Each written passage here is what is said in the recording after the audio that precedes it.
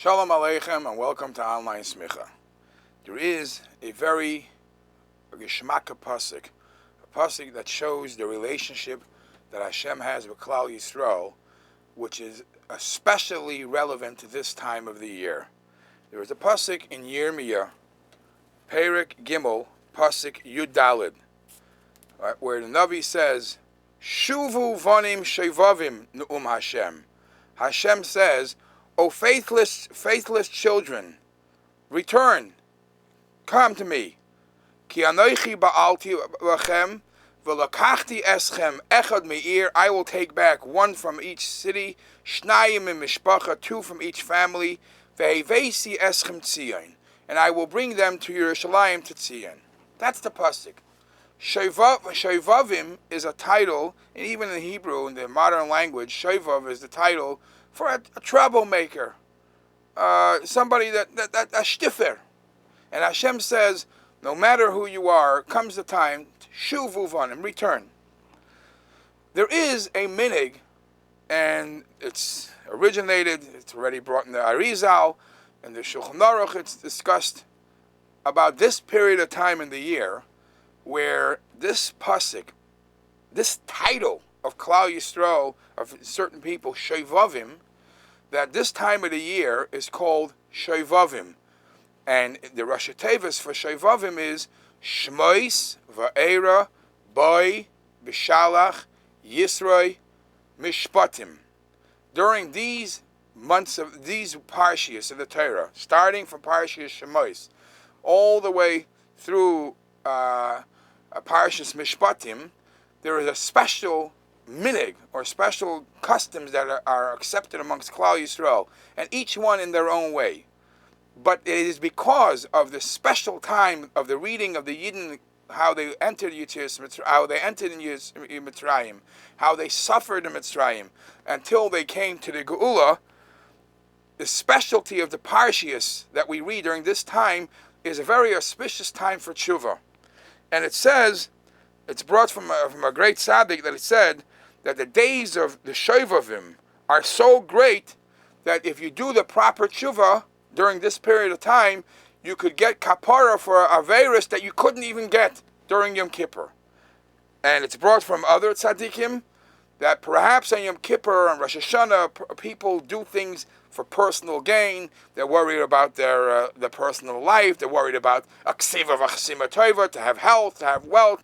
The tshuva that you do during those period of times might be attached to personal gain because you want some reward.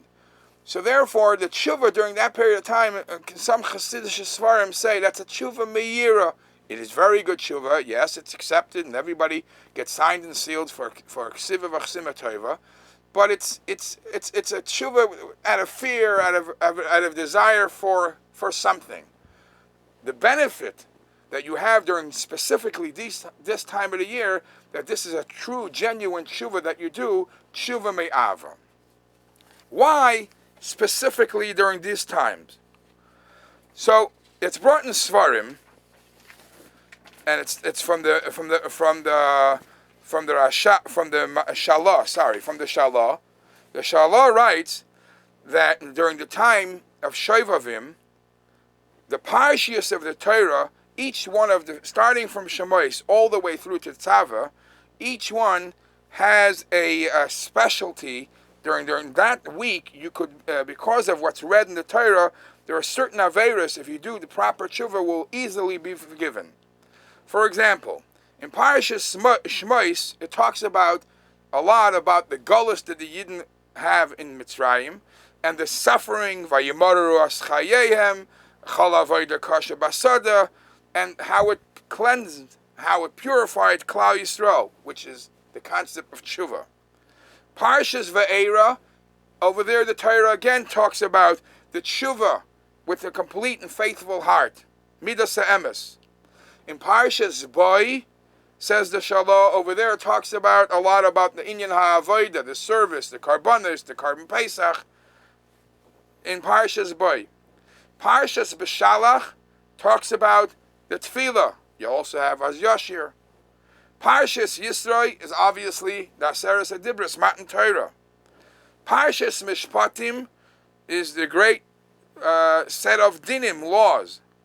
Parshas Truma is tzedakah. That's when the Yidden are giving tzedakah, for being kind. And Parshas Tetzaveh is also symbolic for being kind, because over there is discussed the big day kahuna, which Aaron HaKohen and the Kohenim in general are categorized as ish chesed, as kind people, gemilas chesadim.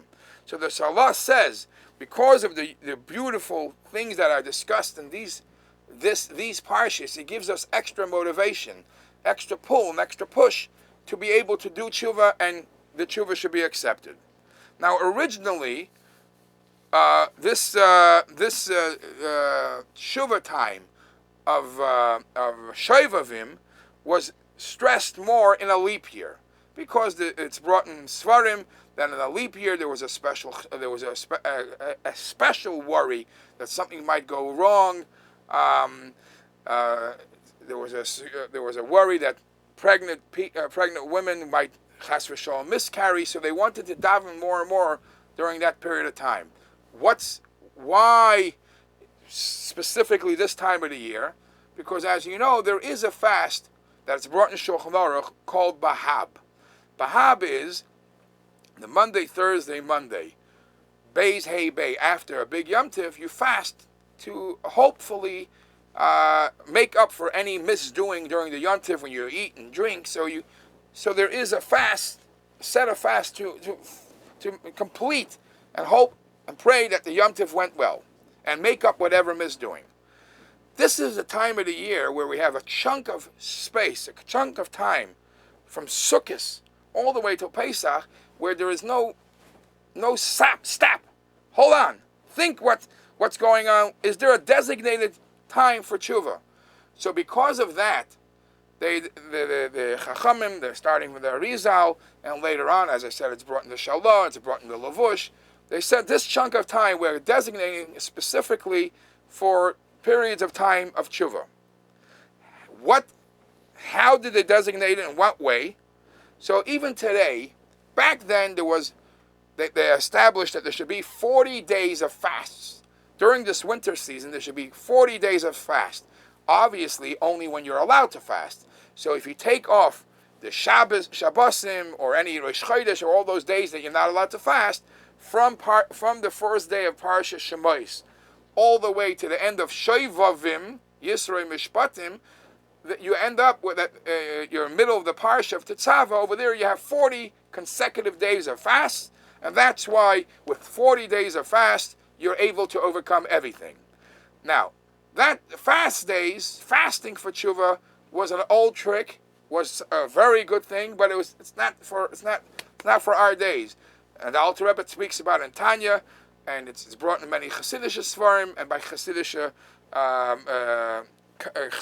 Kreisen in general, you see that we don't enforce or we don't push people to fast. There's other ways how to do tshuva.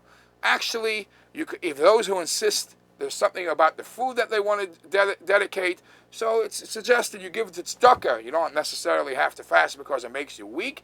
Give the amount of food, the amount of money, how much it costs for food for a day, give that for tzedakah. That will count as a fast. But nevertheless, we don't insist, or we don't push fasting. It makes a person weak. When you fast, you can't daven. It takes away from the spiritual thing. So others have tainis dibur. That during these shovovim times, they don't talk a lot. They make designated times of the week where you don't talk at all. It's called tainis dibur. In many Chassidish yeshivas or many Chassidish groups, they have consecutive. They do things consecutively. They make, like in different yeshivas, they do that during this period of time, there is 5 hours a day consecutively learning. And not once, they do it twice. The first section of 5 hours a day consecutive learning, no break, no nothing.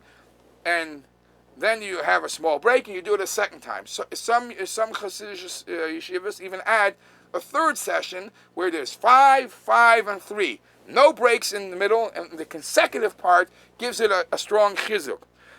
Anyways, this is a time, especially as it says in Sforim, that the halachas of Tara. There's many people, many organizations that insist that help you learn during this time, because this time of the year is the shovovim is also a segula to be mechaper for certain averos that are tumah. So this is a time for everybody to wake up and do tshuva, and each in his own way, whatever minig he has.